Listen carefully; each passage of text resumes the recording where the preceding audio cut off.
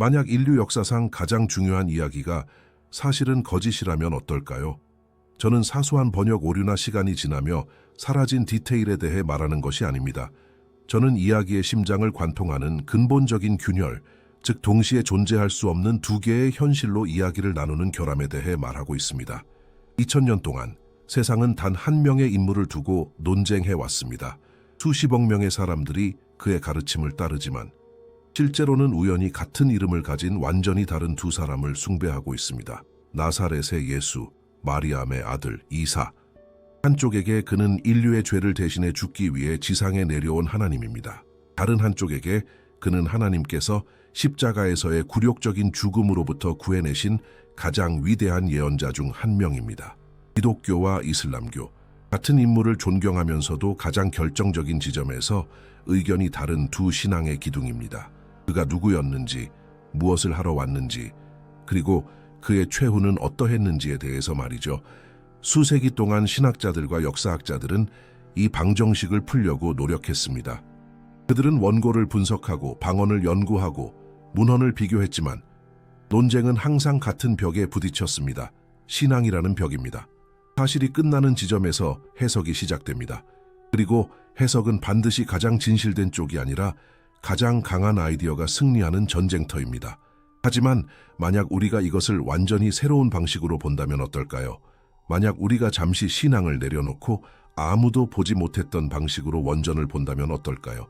순수한 데이터로서 말입니다. 그것이 바로 우리가 한 일입니다. 우리는 지구상에서 가장 영향력 있는 두 텍스트, 신약성서의 복음서와 성구란을 가져왔습니다. 우리는 그것들을 두 개의 독립적인 데이터 파일로 취급했습니다. 동일한 중심 인물을 묘사하지만 완전히 상반된 결과를 담고 있는 두 개의 보고서입니다. 우리는 질문을 바꿨습니다. 누가 옳은가? 라는 질문을 멈추고 훨씬 더 생산적인 질문을 던졌습니다. 왜 이 데이터들은 이렇게 다른가? 이에 답하기 위해 우리는 이야기 속에 숨겨진 논리를 분석할 수 있는 도구가 필요했습니다. 우리에게는 분석 시스템 공리가 필요했습니다. 우리의 임무는 명확했습니다. 두 파일에 대한 완전한 교차 분석을 실행하고 예수로 알려진 인물에 대한 두 개의 평행 모델을 구축하는 것이었습니다. 초점은 신성한 패턴에서 결함의 패턴으로 옮겨갔습니다. 우리는 하나의 이야기가 두 개로 갈라져 다시는 만나지 못하게 된 바로 그 지점을 찾고 있었습니다. 우리는 역사상 가장 영향력 있는 전설의 코드를 깨뜨려 보기로 결정했습니다. 우리에게는 두 개의 파일이 있습니다. 첫 번째 단계는 공리가 했던 방식 그대로 두 파일을 하나씩 분석하는 것이었습니다. 먼저 복음서를 출처로 사용하는 알파 파일입니다. 이것들은 사건 발생 수십 년 후 목격자들이나 그 목격자들의 추종자들이 쓴 것입니다. 공리는 이 출처를 개인적인 해석의 수준이 높은 사후 기록된 보고서로 분류합니다. 시스템은 곧 네 가지 버전이 동일하지는 않지만 모두 하나의 핵심적인 의미를 형성한다는 점을 알아차렸습니다. 이 파일의 핵심 마커는 하느님의 아들, 희생, 그리고 부활입니다. 여기서 나타나는 이미지는 인간의 몸을 입은 하나님의 모습입니다. 더 큰 계획을 이루기 위해 자발적으로 죽음을 겪는 하나님입니다. 이제 꾸란을 출처로 사용하는 베타 파일입니다. 약 6세기 후에 쓰였습니다. 공리는 이 출처를 완전히 다른 방식으로 분류합니다. 이것은 이전의 이야기를 바로잡는 이야기입니다. 그것은 단순히 자신의 이야기를 하는 텍스트가 아니라 이전 버전들이 왜곡되었다고 적극적으로 말하는 텍스트였습니다. 그것은 스스로를 진실의 최종 수정본으로 내세웁니다. 여기서 핵심 마커는 다릅니다. 예언자 하느님의 종 그리고 승천입니다. 여기서 나타나는 이미지는 굴욕적인 죽음에서 하나님에 의해 구원받은 필멸의 인간의 모습입니다. 공리는 공통점을 찾기 위해 첫 번째 비교 분석을 실행했습니다. 결과는 충격적이었습니다. 공통점이 거의 없었습니다. 네, 어머니의 이름은 같습니다. 네, 아버지 없이 기적적으로 태어난 것은 양쪽 모두에서 사실입니다. 하지만 공리의 분석에 따르면 이러한 공통 요소들조차 서로 반대되는 목적을 위해 사용되고 있었습니다. 시스템은 경고를 보냈습니다. 근본적인 데이터 불일치 감지, 이 두 파일을 통합하려는 시도는 논리적 붕괴로 이어질 것입니다. 알파 파일의 예수와 베타 파일의 이사는 다른 해석을 넘어선 두 개의 다른 존재였습니다. 시스템은 기초부터 시작했습니다. 언어 분석입니다. 복음서에서 그가 가장 많이 사용한 단어는 하늘나라, 아버지, 사랑입니다. 꾸란에서 이사의 담화는 알라, 숭배, 표적이라는 단어들이 지배합니다. 공리의 분석은 무자비했습니다. 이 두 담화 집합이 동일 인물에게 속할 확률은 1% 미만입니다. 이것은 시작에 불과했습니다. 히게는 다음으로 이야기의 구조를 분석하기 시작했습니다.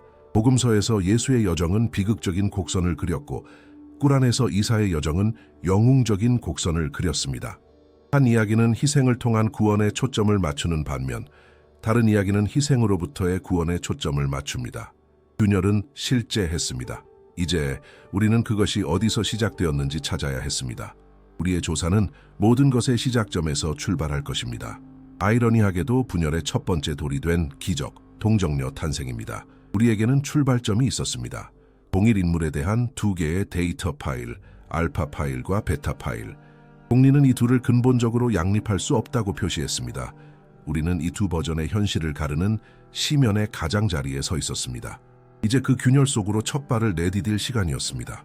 시작부터 시작하는 것입니다. 분석은 언뜻 보기에 두 이야기를 잇는 완벽한 다리가 되어야 할 사건에서 시작될 것이었습니다.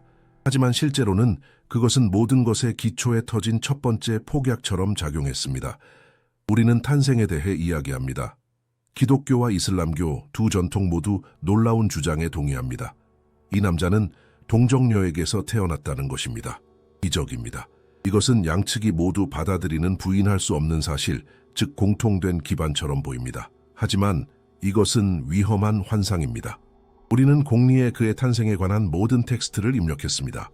마테오와 루카 복음서의 기록, 그리고 꾸란의 수라 마리암과 임란의 가문입니다. 시스템은 즉시 이 데이터 집합을 치명적인 변칙으로 표시했습니다. 분석은 명확했습니다. 우리는 두 가지 방식으로 묘사된 같은 기적을 보고 있는 것이 아니었습니다.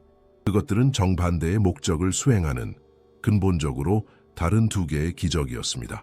동일한 개념이 어떻게 두 개의 상반된 진실을 만들어내는지를 알아내기 위해 각 버전을 해부할 필요가 있었습니다. 알파 파일, 즉 복음서부터 시작합니다.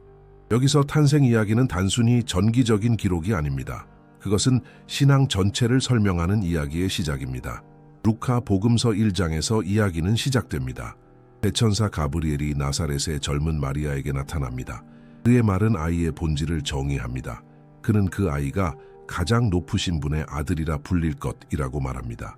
그리고 마리아가 당연히 어떻게 그것이 가능한지 묻자 천사는 핵심적인 구절을 전합니다. 성령께서 너에게 내려오실 것이다. 그러므로 태어날 거룩한 이는 하느님의 아들이라 불릴 것이다. 공리는 이 대화를 분석하고 그 주요 기능을 확인했습니다. 여기서 탄생의 기적은 하나님이 인간이 되는 방식입니다. 기적은 단순한 창조 행위를 넘어 강림의 행위가 됩니다. 이 기적의 목적은 예수가 첫 순간부터 그의 본질이 무엇이었는지를 확립하는 것입니다.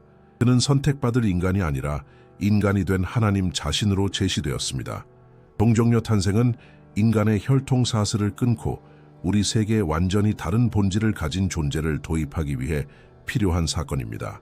마테오 복음서는 이 이미지를 강화합니다. 천사는 요셉에게 두려워하지 말라고 말합니다. 왜냐하면 그녀 안에 잉태된 것은 성령으로 말미암은 것이기 때문입니다. 그가 받아야 할 이름은 예수인데 이는 하나님께서 구원하신다는 의미입니다. 이유는 분명합니다. 그가 자기 백성을 그들의 죄에서 구원할 것이기 때문이다. 그의 사명은 태어나기도 전에 그의 독특한 본성과 연결되어 있습니다. 공리는 알파 파일 분석을 요약합니다. 동정녀 탄생은 신인간이라는 역설을 설명하기 위한 필수적인 도구였습니다. 이 기적이 없다면 인류를 위한 희생이라는 개념 전체가 논리적 기반을 잃게 됩니다. 베타 파일, 즉 꾸란을 열면서 우리는 이야기의 똑같은 조각이 어떻게 180도로 뒤집힐 수 있는지 볼 준비를 했습니다. 꾸란의 19번째 수라는 그녀의 이름인 마리암을 따서 명명되었습니다. 이야기는 비슷하게 시작됩니다. 한 천사가 그녀에게 나타나 순결한 아들의 선물을 알립니다. 그녀의 반응 역시 놀라움입니다. 하지만 천사의 대답이 이 기적에 대한 이슬람적 이해의 모든 열쇠를 쥐고 있습니다. 그는 말합니다. 그렇게 너의 주님께서 말씀하셨다. 그것은 내게 쉬운 일이다. 그리고 우리는 그를 사람들을 위한 표적으로 삼을 것이다. 이 문장을 분석하면서 공리는 즉시 근본적인 변화를 감지했습니다. 강조점은 태어나는 자의 본성에서 창조하는 자의 권능으로 완전히 이동합니다. 거기서 기적은 이사의 신성이 아니라 알라의 전능함을 증명하는 역할을 했습니다. 그것은 표적입니다. 하나님의 뜻이 자연 법칙에 얽매이지 않는다는 것을 보여주는 것입니다. 꾸라는 심지어 논리를 사용하여 이사의 신성에 대한 어떤 주장도 파괴합니다. 비교는 직접적입니다. 하나님께 이사는 아담과 같습니다. 그는 그를 흙으로 창조하시고 있어라 라고 말씀하시니 그가 있었습니다. 논리는 간단합니다. 아버지도 어머니도 없는 아담의 기적적인 창조가 그를 신으로 만들지 않는다면 아버지가 없는 이사의 기적적인 탄생 역시 그를 신으로 만들지 못합니다. 텍스트는 심지어 마지막 일격을 가합니다. 가장 극적인 장면에서 마리암은 아기를 안고 자기 백성에게 돌아갑니다. 그들은 그녀를 비난합니다. 신의 명령에 따라 그녀는 요람에 있는 아이를 가리킬 뿐입니다. 그러자 아기가 말합니다. 베타파일에서 이사의 첫마디는 그의 모든 본질을 정의합니다. 진실로 저는 알라의 종입니다. 그분께서 저에게 성서를 주셨고 저를 예언자로 만드셨습니다. 생각해 보십시오. 그가 가장 먼저 한 일은 자신의 지위를 정의하는 것이었습니다. 알라의 종, 하느님의 아들이 아닙니다. 구원자가 아닙니다. 성서를 받을 종이자 예언자입니다. 여기서 우리는 같은 사건이 어떻게 완전히 다른 방식으로 사용되었는지 봅니다. 기독교 시스템이 영웅의 신성한 본성을 확립하기 위해 이 사건을 사용한 반면 이슬람 시스템은 하나님의 절대적인 권능과 예언자의 인간적인 본성을 확립하기 위해 그것을 사용했습니다. 이것은 유일신 사상을 재확인하기 위해 필요합니다. 공리는 이것을 같은 지점에서 출발했지만 정반대 방향으로 발사된 두 개의 궤적으로 시각화합니다. 알파 벡터는 십자가 처형, 즉 고통받는 신의 개념을 향합니다. 베타 벡터는 하늘, 즉 하나님에 의해 구원받는 인간의 개념을 향합니다. 탄생의 순간에 주어진 이 초기 추진력은 너무나 강력해서 그들이 누구였는지 뿐만 아니라 그들이 무엇을 말하러 왔는지까지 정의합니다. 말이 세상을 창조합니다. 지도자가 말하는 각 문장은 그를 따르는 사람들에게 현실을 정의합니다. 공리는 이미 탄생의 순간에 창조된 근본적으로 다른 두 본성을 확인했습니다. 하나는 신인간이었고 다른 하나는 예언자 인간이었습니다. 만약 그들의 본성이 그렇게 다르다면 그들의 말도 같을 수 없습니다. 두 개의 다른 리듬으로 연주되는 같은 음악일 수 없습니다. 그것들은 다른 청중을 위해 다른 목표를 가지고 쓰인 두 개의 개별적인 교향곡이어야 합니다. 이를 시험하기 위해 우리는 공리의 가장 복잡한 프로토콜 중 하나를 활성화했습니다. 우리는 알파 파일의 예수와 베타 파일의 이 세계에 귀속된 모든 담화, 비유 설교, 명령에 대한 심층 분석을 실행하도록 지시했습니다. 임무는 단순히 주제를 나열하는 것이 아니었습니다. 가르침의 매트릭스를 발견하는 것이었습니다. 메시지의 구조를 이해하는 것입니다. 그들의 말이 정확히 어떤 세계를 구축하고 있었는지 보는 것이었습니다. 결과는 양립할 수 없는 두 개의 세계관을 보여주었습니다. 알파 파일, 즉 복음서부터 시작하겠습니다. 공리가 이 데이터 집합을 처리했을 때 전체 메시지를 뒷받침하는 세 개의 중심 기둥을 확인했습니다. 첫 번째이자 가장 중요한 기둥은 하늘나라 또는 하느님의 나라입니다.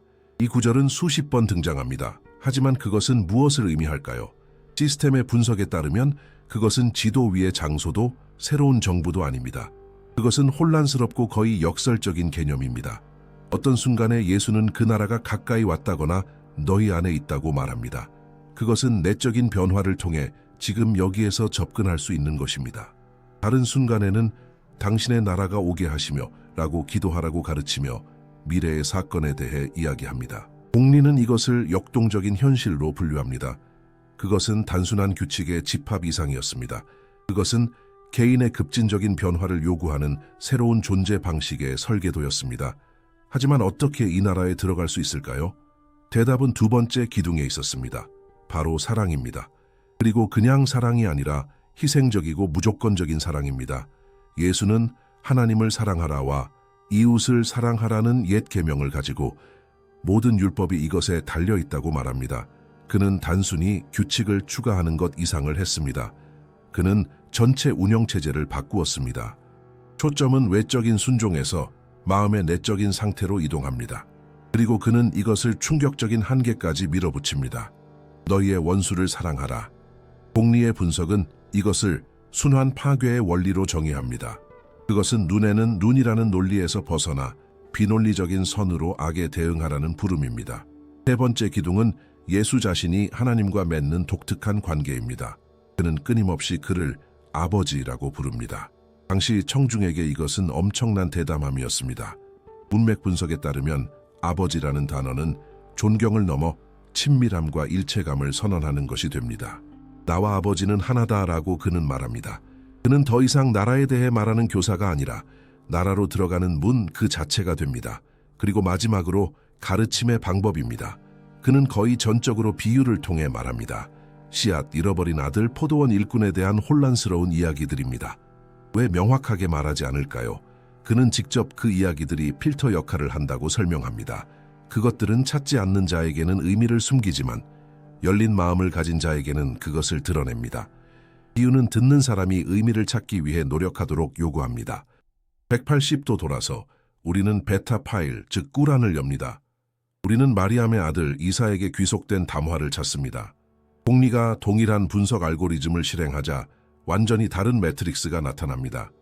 이사의 가르침에서 첫 번째이자 절대적인 기둥은 타우히드입니다.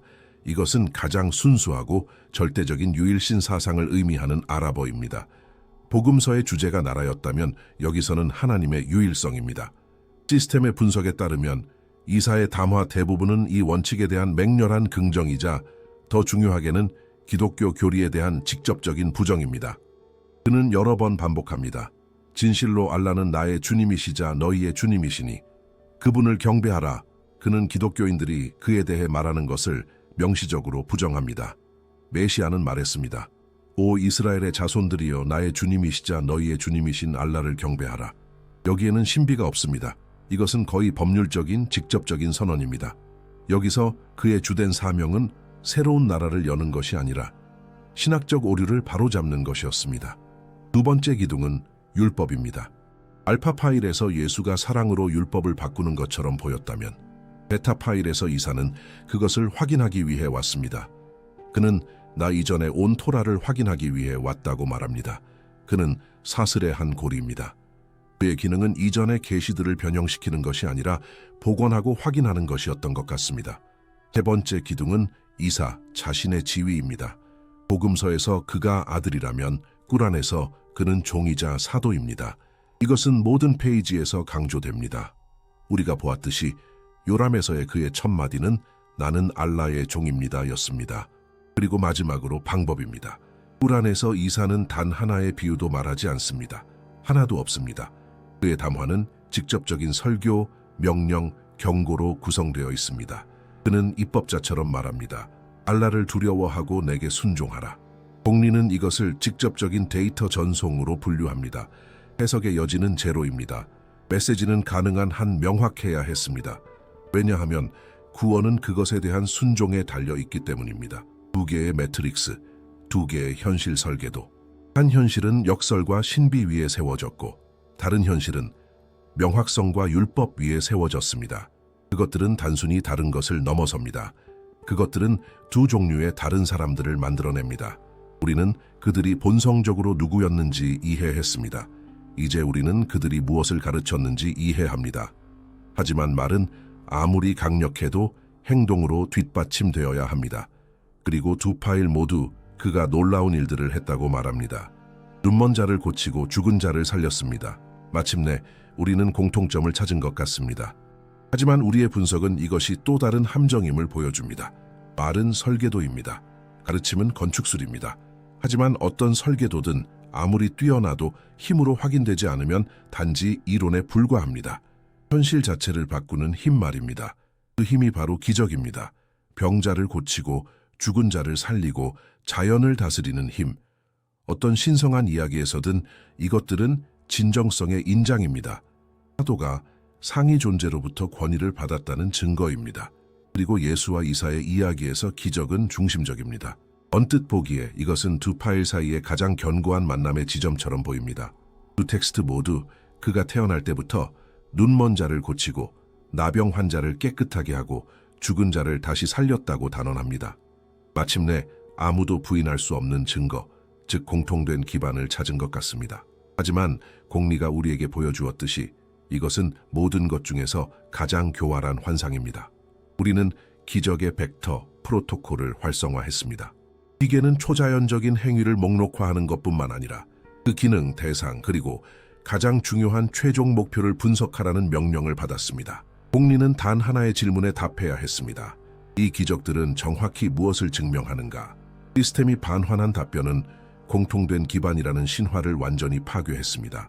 분석 결과 알파 파일과 베타 파일의 기적은 정반대 방향으로 작용하는 두 개의 다른 도구임이 드러났습니다. 그것들은 같은 지점에서 시작하지만 우주의 정반대 극을 향하는 두 개의 힘의 벡터입니다.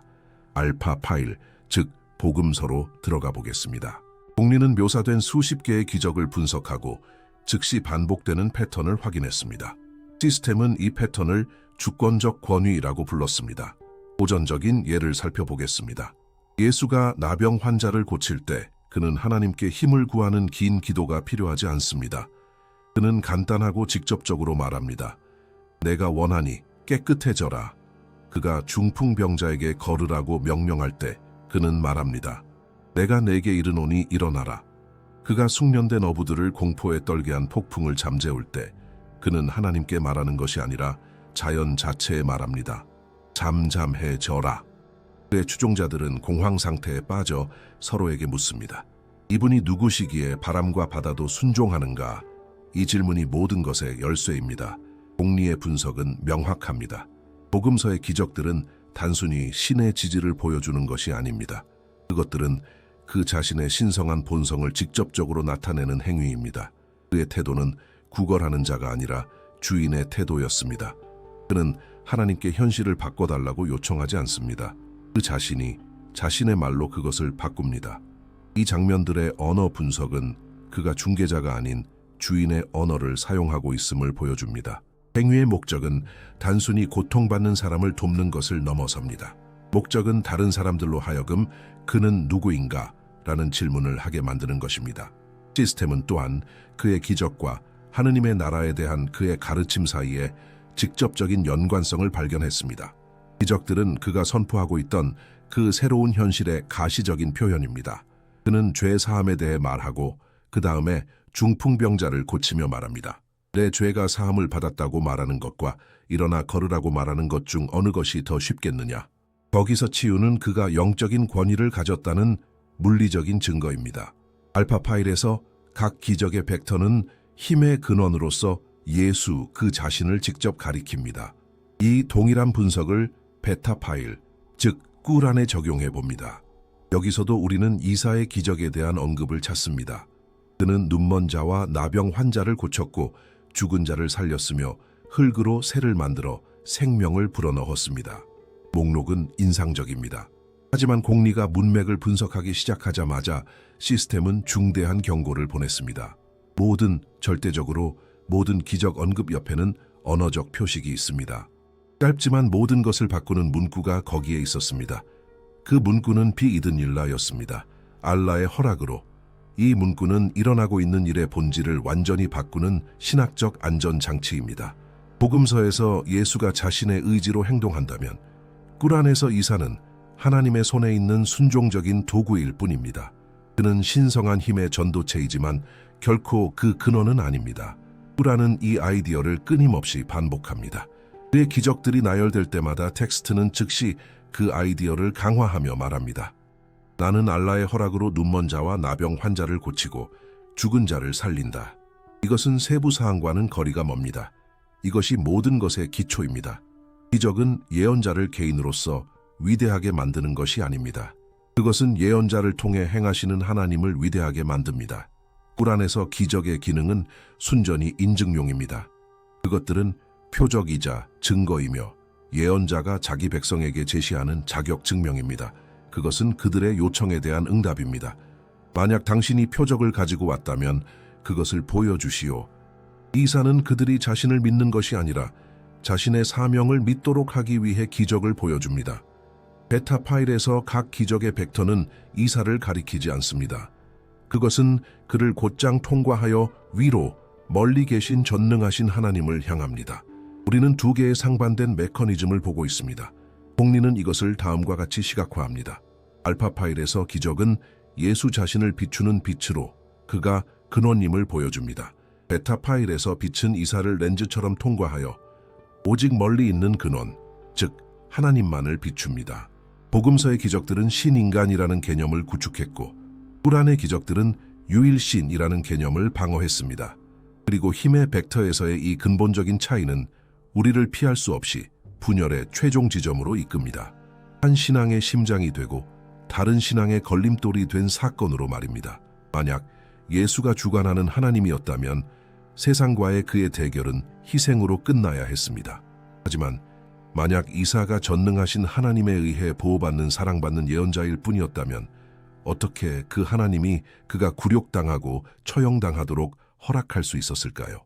꾸란의 논리는 그것이 결코 일어나지 않을 것이라고 말합니다. 그리하여 우리는 골고타 사건을 분석하기 위해 시면의 가장자리에 도달했습니다. 십자가 처형대 대체, 그것은 돌아올 수 없는 지점입니다. 우리는 먼 길을 왔습니다. 우리는 탄생 시 그의 본성이 무엇이었는지 분석했습니다. 우리는 그의 말의 구조를 해체했습니다. 그리고 우리는 그의 기적의 진정한 벡터를 정의했습니다. 우리가 공리와 함께 내디딘 각 걸음은 두 파일 사이의 균열을 넓혔을 뿐입니다. 그 지점까지 분석은 해석의 차이, 강조점의 차이, 내부 논리의 차이를 다루었습니다. 하지만 거기서 해석은 끝났습니다. 우리는 이야기의 세부 사항일 뿐만 아니라 완전한 파열점인 사건 앞에 서 있습니다. 그것은 이전의 모든 의미를 빨아들여 완전히 양립할 수 없는 두 개의 현실로 내뿜는 서사적 블랙홀입니다. 우리는 골고타에 대해 이야기하고 있습니다. 예루살렘 성벽 밖의 언덕, 세 개의 십자가. 거기서 일어났던 일 또는 다른 파일에 따르면 전혀 일어나지 않았던 일은 최종적인 분수령입니다. 그것은 절대적인 분기점입니다. 우리는 조사에서 가장 중요한 프로토콜인 골고타 사건을 활성화했습니다. 우리는 복음서에서 온순환에 대한 모든 묘사와 이 사건들에 대해 말하는 꾸란의 특정 구절들을 공리에 입력했습니다. 명령은 이야기를 분석하는 것이 아니라 논리를 분석하는 것이었습니다. 이 중심 사건 또는 그 부제가 어떻게 이야기의 전체 구조와 영웅의 목적을 바꾸는가? 알파 파일의 버전은 이렇게 시작합니다. 여기서 십자가 처형, 죽음 그리고 부활은 비극적인 사고가 아닙니다. 그것들은 사명의 실패가 아니었습니다. 그것들이 바로 사명이었습니다. 공리는 복음서에 나타난 예수의 모든 여정을 분석하고 모든 말과 모든 기적이 이 마지막 행위를 위한 준비였음을 결론 내렸습니다. 그는 이 사실을 제자들에게 여러 번 말했습니다. 그가 고난을 받고 죽임을 당하고 사흘 만에 다시 살아나야 한다고 말입니다. 시스템은 그 전날 밤 겟세마네 동산에서의 장면을 강조합니다. 그것은 고뇌의 순간입니다. 예수는 다가올 일을 알고 기도합니다. 아버지, 가능하시다면 이 잔을 제게서 거두어 주십시오. 그러나 제 뜻대로 마시고 아버지의 뜻대로 하십시오. 공리는 이 순간을 비극적 필연성에 대한 의식적인 수용으로 분류합니다. 그는 구원을 위해 기도하는 것이 아닙니다. 그는 해야 할 일을 견딜 힘을 달라고 기도합니다. 그리고 십자가 그 자체, 고문과 굴욕의 시간들, 그의 마지막 외침은 요한 복음서에서 다 이루었다입니다. 무엇이 다 이루어졌는가?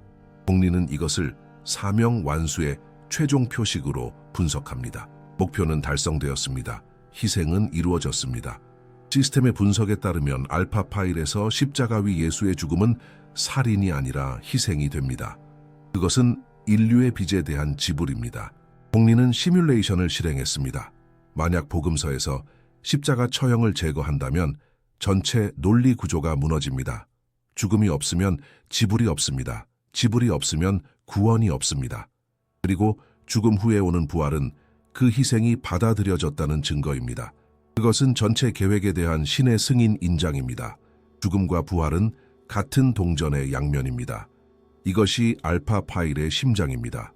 우리는 모든 것을 멈추고 베타 파일을 열었습니다. 꾸란입니다. 여기서 텍스트는 마치 공식적인 정정 발표를 하듯 차갑고 거의 법률적인 명확성으로 말합니다. 이사의 적들에 대해 말하며 꾸란은 그들이 자랑했다고 말합니다. 우리가 알라의 사도인 마리암의 아들 메시아 이사를 죽였다. 그리고 바로 뒤이어 파괴적인 정정이 나옵니다. 그러나 그들은 그를 죽이지도 십자가에 못 박지도 않았으며 단지 그렇게 보였을 뿐이다. 그들은 확실히 그를 죽이지 않았습니다. 오히려 알라께서 그를 자신에게로 올리셨다. 이야기 끝. 아니, 그 이야기의 끝이자 완전히 다른 이야기의 시작입니다. 공리는 이 구절을 분석하고 신학적 정정 행위로 정의했습니다. 부라는 십자가 처형의 세부 사항을 논하지 않습니다. 그것은 사실 자체를 부정합니다. 단지 그렇게 보였을 뿐이다 라는 구절이 열쇠입니다. 대부분의 이슬람 신학자들은 이것을 문자 그대로 해석합니다. 대체가 있었습니다. 하나님은 다른 사람, 아마도 유다나 시몬을 이사와 똑같이 보이게 만드셨습니다. 그리고 십자가에 못 박힌 것은 바로 이 대역이었고 진짜 예언자는 산채로 하늘로 들려 올라갔습니다. 왜 이것이 그렇게 필요했을까요? 왜 이 운영체제에서는 십자가 처형이 불가능할까요? 공리는 근본적인 속성의 충돌을 지적합니다. 이슬람교에서 하나님의 주요 속성 중 하나는 전능하시고 승리하시는 분을 의미하는 알아지즈입니다. 꾸란의 논리는 이렇습니다.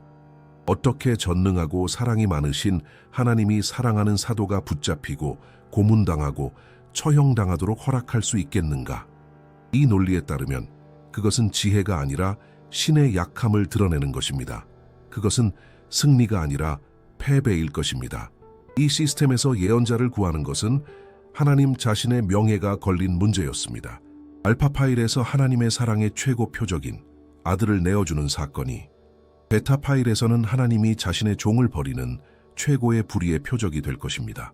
베타 파일은 그래서 완전히 다른 결말을 제공합니다. 결말은 비극에 이은 승리가 아니라 순수한 구출 작전입니다. 십자가 대신 승천, 죽음 대신 생명. 이사는 죽지 않습니다. 그는 산채로 하늘로 들려 올라갑니다. 그리고 이것은 미래에 대한 그의 역할을 바꿉니다. 알파 파일에서 예수는 이미 자신의 일을 마쳤고 심판자로 돌아올 것입니다. 베타 파일에서 이사의 사명은 잠시 중단되었습니다. 그는 종말이 오기 전에 지상으로 돌아와 적그리스도인 다짜를 죽이고 그런 다음 평범한 인간의 삶을 살다가 자연사하기 위해 구원받았습니다. 공리는 최종표를 작성했습니다. 알파 경로는 실제 죽음, 희생, 그리고 부활을 보여줍니다. 베타 경로는 환영의 죽음, 구출, 그리고 승천을 보여줍니다. 이것이 바로 갈림길입니다.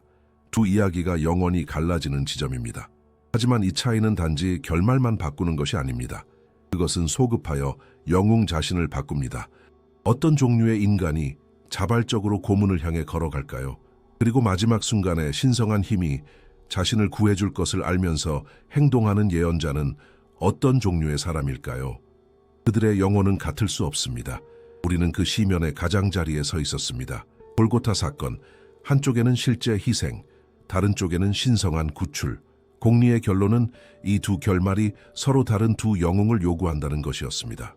그들의 영혼은 같을 수 없습니다. 하지만 그들은 얼마나 다를까요? 자발적으로 자신의 처형장으로 걸어가기 위해 사람은 무엇을 느껴야 할까요? 그리고 하나님이 자신의 머리카락 한 올도 다치게 하지 않을 것이라는 절대적인 확신을 가지고 행동하는 사람은 어떻게 행동할까요? 두 이야기는 같은 사람에게 속할 수 없습니다. 이를 증명하기 위해 우리는 공리의 심리언어학적 분석 프로토콜을 활성화했습니다. 목표는 그들이 무엇을 했는지가 아니라 무엇을 느꼈는지였습니다. 시스템은 그들의 말, 반응, 위기의 순간들을 바탕으로 두 개의 심리 프로필을 구축해야 했습니다. 알파 파일, 즉 복음서에서 결과는 놀라웠습니다. 이 파일에서 예수의 주된 특징은 긴장입니다. 그의 신성한 본성과 인간적인 본성 사이에 끊임없고 고통스러운 긴장입니다. 그는 결코 평온한 아바타가 아닙니다. 그는 느끼고 고통받는 살아있는 사람입니다. 시스템은 핵심 감정들을 표시했습니다. 첫째, 분노. 그가 성전에서 상인들을 내쫓는 장면은 차가운 행동이 아닙니다. 그는 밧줄로 채찍을 만들고 상을 뒤엎을 정도였습니다. 공리는 이것을 주인의 분노로 분류합니다. 그는 단순히 규칙이 깨진 것에 화가 난 것처럼 보이지 않고 아버지의 집이 더럽혀지는 것을 본 아들처럼 반응했습니다. 둘째, 슬픔과 눈물. 나사로의 죽음 에피소드입니다. 예수는 몇 분 안에 그를 살릴 것을 알고 있습니다. 그런데 왜 그는 우는 걸까요? 텍스트는 그가 깊이 감동했다고 말합니다. 공리는 이것을 급진적인 공감으로 정의합니다. 그 순간 그는 기적을 행할 하나님으로 행동하는 것이 아닙니다. 그는 친구들과 함께 상실의 고통을 느끼는 슬픔에 잠긴 인간입니다. 그리고 가장 강한 표식, 두려움, 겟세마네. 그의 말, 내 영혼이 죽을 만큼 슬프다. 그는 잔이 지나가기를 기도합니다. 그것은 고통을 피하려는 인간 본성의 외침입니다. 그의 희생에 가치를 부여하는 것은 바로 이 내적 갈등입니다. 만약 그가 두려움 없이 로봇처럼 십자가로 갔다면 희생은 없었을 것입니다. 그의 순종을 용기 있는 행동으로 만드는 것은 바로 그의 인간적인 공포입니다. 알파 프로필은 고통받는 신 이 프로필입니다. 이제 베타 파일, 즉 꾸란을 엽니다. 그리고 공리에게 이사의 프로필을 요청했습니다. 결과는 절대적인 대조를 이룹니다. 시스템은 이러한 감정적 표식들을 하나도 찾지 못했습니다. 성전에서의 분노도, 친구를 위한 눈물도, 체포전의 두려움도 없습니다. 이사의 프로필은 단 하나의 특성으로 정의됩니다. 흔들림 없는 확신. 요람에서의 첫 마디인 나는 알라의 종입니다부터 그는 자신이 누구이며 자신의 사명이 무엇인지를 정확히 아는 사람으로 제시됩니다. 그는 결코 의심하지 않습니다. 그는 결코 약점을 보이지 않습니다. 그는 완벽한 사도이며 신의 뜻을 순수하게 전달하는 자입니다. 그의 심리는 승리자의 심리입니다. 그는 자신이 완전하고 절대적인 보호 아래 있음을 알고 적들과 맞섭니다. 그는 죽음이 오지 않을 것을 알기 때문에 죽음을 두려워하지 않습니다. 베타 프로필은 흔들림 없는 예언자의 프로필입니다. 지도자는 그를 따르는 사람들에 의해 정의됩니다. 우리는 다음 프로토콜을 활성화했습니다. 사도 클러스터. 이 두 지도자의 팀은 어땠을까요? 알파 파일에서 예수의 팀. 12사도는 실패의 초상입니다. 공리는 그들의 행동을 분석했습니다. 그들은 자신들의 실패로 정의되었습니다. 끝까지 나라가 정치적이라고 생각했던 만성적인 몰이해가 있었습니다. 경비병들이 도착했을 때 모두 그를 버리고 도망쳤던 비겁함이 있었습니다. 그리고 마침내 유다의 배신이 있었습니다. 지도자인 베드로 자신도 그를 3번 부인합니다. 왜 예수는 이렇게 역기능적인 팀을 선택했을까요? 공리의 분석에 따르면 바로 그것이 핵심입니다. 그들은 부서진 인간의 재료입니다. 진정한 기적은 부활 후에 일어나는 일입니다. 이 비겁하고 혼란스러웠던 바로 그 남자들이 세상을 뒤집어 놓은 순교자로 변모할 때 말입니다. 알파팀은 은혜의 증거입니다. 이제 베타 파일입니다. 이사의 추종자들, 즉 조력자를 의미하는 하와리윤. 공리는 어떤 결함도 찾지 못합니다. 그들은 익명이며 하나의 충성스러운 집단으로 행동합니다. 이사가 누가 알라의 길에서 나의 조력자가 되겠는가 라고 물었을 때 대답은 즉각적이고 만장일치였습니다. 우리는 알라의 조력자입니다. 우리를 믿으십시오. 권력 다툼도 비겁함도 없습니다. 그리고 무엇보다도 배신이 없습니다. 하나님에 의해 보호받는 예언자의 핵심 집단에 배신자가 있을 수 있다는 생각은 이 시스템에서는 논리적으로 불가능합니다. 베타팀은 신앙의 모델입니다. 두 팀, 두 기능. 고통받는 신은 구원할 죄인들이 필요합니다. 흔들림 없는 예언자는 본보기가 될 완벽한 신자들이 필요합니다. 우리는 두 기계를 조각조각 분해했습니다. 우리는 그것들이 어떻게 작동하는지 보았습니다. 우리는 탄생, 가르침, 기적의 벡터, 골고타의 불가능한 사건, 그리고 그들이 끌어들인 사람들의 영혼을 분석했습니다.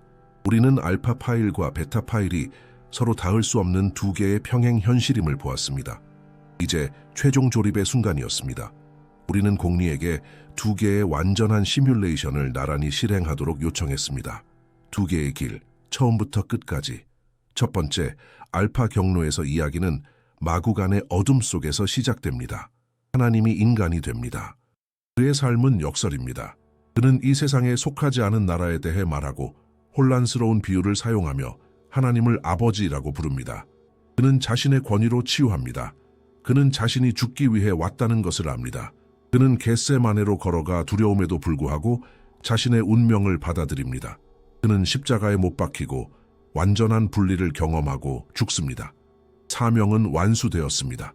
사흘 후 무덤은 비어 있습니다. 그는 부활했습니다. 이것은 강림, 희생, 그리고 죽음에 대한 승리의 길입니다. 두 번째, 베타 경로에서 이야기는 외로운 야자수 아래에서 시작됩니다. 하나님의 권능을 증명하기 위해 기적이 일어납니다. 아이, 이사는 요람에서 말하고 그의 첫 마디는 종입니다. 그는 성장하고 그의 메시지는 비유 없이 수정처럼 맑습니다. 그는 율법을 확인합니다. 그는 병자를 고치지만 항상 알라의 허락으로라고 반복합니다. 그는 흔들림 없는 예언자입니다. 그의 적들은 그를 죽이려 계획하지만 그들은 속고 있습니다. 마지막 순간에 하나님이 개입하십니다. 이사의 얼굴이 다른 남자에게 씌워지고 십자가에 못 박히는 것은 바로 이 대역입니다. 진짜 예언자는 구출되어 산채로 하늘로 들려 올라갑니다. 이것은 충성, 시험, 그리고 신성한 구원의 길입니다. 두 시뮬레이션이 완료되었습니다. 두 개의 길, 두 개의 완벽한 이야기. 이것은 처음의 질문으로 되돌아갔습니다. 이 모든 조사를 촉발했던 질문 말입니다. 공리는 둘을 분석했습니다. 어느 쪽이 올바른 길이었을까요? 우리는 결승선에 있었습니다. 공리의 최종 판결은 그 질문이 틀렸습니다.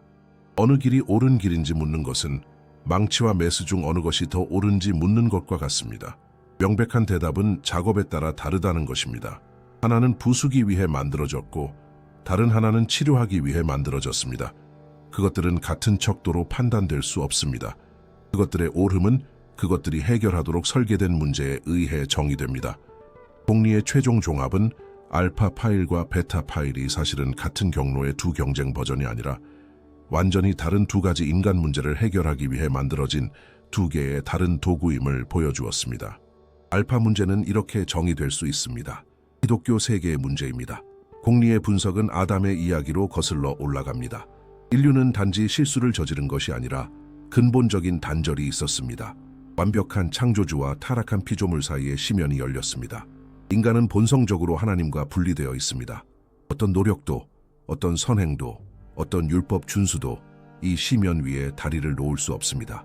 문제는 분리입니다. 어떤 도구가 이것을 해결할까요? 이 시나리오에서는 교사가 해결하지 못할 것입니다. 다리가 필요했습니다. 동시에 양쪽, 즉 신성과 인간성을 모두 가질 수 있는 것이 필요합니다. 알파 파일에서 예수의 길은 이 다리를 건설하는 것입니다. 이것이 그가 신인간이어야만 했던 이유입니다. 이것이 그가 죽어야만 했던 이유입니다. 그 희생은 시면을 닫기 위한 대가였습니다. 알파 경로는 단절 문제에 대한 완벽한 해결책입니다. 이제 베타 문제, 이슬람 세계의 문제입니다. 공리는 꿀안에 나오는 아담의 이야기를 분석합니다. 이미지는 완전히 다릅니다. 아담은 실수를 저지릅니다. 네. 하지만 그는 즉시 회개하고 하나님은 그를 용서하십니다. 근본적인 단절은 없습니다. 원죄는 없습니다. 인간의 본성은 타락하지 않았습니다. 그것은 단지 약하고 무엇보다도 잘 잊어버릴 뿐입니다. 거기서 인류의 근본적인 문제는 분리가 아니라 망각이었습니다. 사람들은 단지 올바른 길을 잊어버릴 뿐입니다. 어떤 도구가 이것을 해결할까요? 여기서는 심연이 없기 때문에 해결책은 다리가 아닙니다. 당신에게는 안내자가 필요합니다. 신호등이 필요합니다. 인류가 잃어버린 길을 계속해서 상기시키기 위해 거듭해서 오는 누군가가 필요합니다. 베타 파일에서 이사의 길은 이를 위한 완벽한 도구입니다. 그는 본보기가 될 수 있도록 인간입니다. 그는 메시지가 진실임을 증명하기 위해 하나님에 의해 보호받습니다. 그의 사명은 죄를 갚는 것이 아니라 망각을 바로잡는 것이었습니다. 베타 경로는 망각 문제에 대한 완벽한 해결책입니다. 이것이 최종 판결입니다. 공리는 우리가 완벽하지만 양립할 수 없는 두 시스템을 보고 있다고 결론 내렸습니다. 알파 경로는 죽어가는 환자를 구하기 위해 필요한 급진적인 수술입니다. 베타 경로는 약 먹는 것을 항상 잊어버리는 환자를 건강하게 유지하기 위한 장기적인 치료법입니다. 어느 쪽이 옳은지 논하는 것은 무의미하다는 것이 드러났습니다. 모든 것은 진단에 달려 있습니다. 갈등은 이야기 중 하나가 거짓이기 때문에 발생하는 것이 아닙니다. 갈등은 둘이 인간의 상태에 대해 서로 다른 진단을 내렸기 때문에 존재합니다. 우리의 조사는 끝났습니다. 우리는 올바른 길을 찾지 못했습니다. 우리는 두 개를 찾았습니다. 공리는 데이터를 제공했습니다. 인류 역사상 가장 위대한 두 이야기의 숨겨진 구조가 드러났습니다. 이제 진짜 질문은 시스템이 답한 질문이 아닙니다. 진짜 질문은 당신을 향한 것입니다. 당신에게 필요한 것은 다리입니까? 아니면 안내자입니까? 공리는 자신의 임무를 완수했습니다. 선택은 당신의 몫입니다. 이 심층 분석이 마음에 드셨다면 채널을 구독해 주시는 것이 저희의 공리 연구 프로젝트를 확장하는 데 도움이 됩니다. 영상 주제에 대한 여러분의 생각을 댓글로 읽고 다음 주제에 대한 제안도 듣고 싶습니다. 어느 도시에서 저희를 보고 계신지 알려주세요. 끝까지 함께해 주셔서 감사합니다.